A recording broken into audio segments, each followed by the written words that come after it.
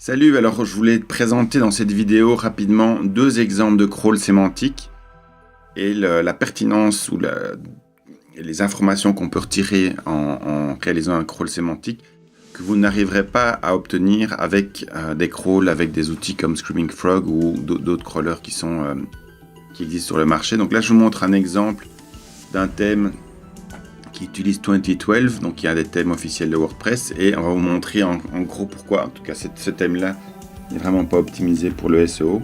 Alors, il s'agit nullement de critiquer les sites qui sont pris en exemple, parce que ce sont des sites de la communauté, et c'est bien les deux exemples vont illustrer différentes facettes en fait de choses qui se font à l'insu de votre plein gré. Donc on présuppose qu'un thème est intéressant pour différentes raisons et voilà, même si on le customise au niveau de l'esthétique, la structure essentielle du thème ou dans le deuxième exemple d'un plugin peut vous apporter vraiment une série de problématiques importantes pour votre référencement. Le premier exemple, je vais le montrer ici. Vous allez avoir en fait avec cette structure de pagination article suivant, article ancien, article récent, article ancien, vous voyez en fait qui se propose ici sur cette navigation à droite à gauche. En fait, on va se retrouver voilà, avec des centaines de pages qui vont se retrouver optimisées avec cette réputation d'encre dans les liens.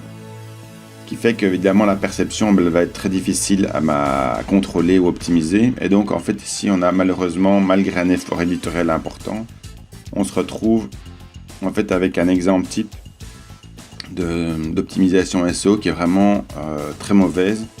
Et donc en réglant clairement ce problème de navigation et en adoptant une architecture interne beaucoup plus organisée, donc obtenir au moins une dizaine de liens entrants par site, voir comment on peut encore réduire l'empreinte des liens sortants, on arrivera réellement à booster la visibilité de ces pages et redonner un gros coup de boost sur l'indexation des contenus sur le site ici.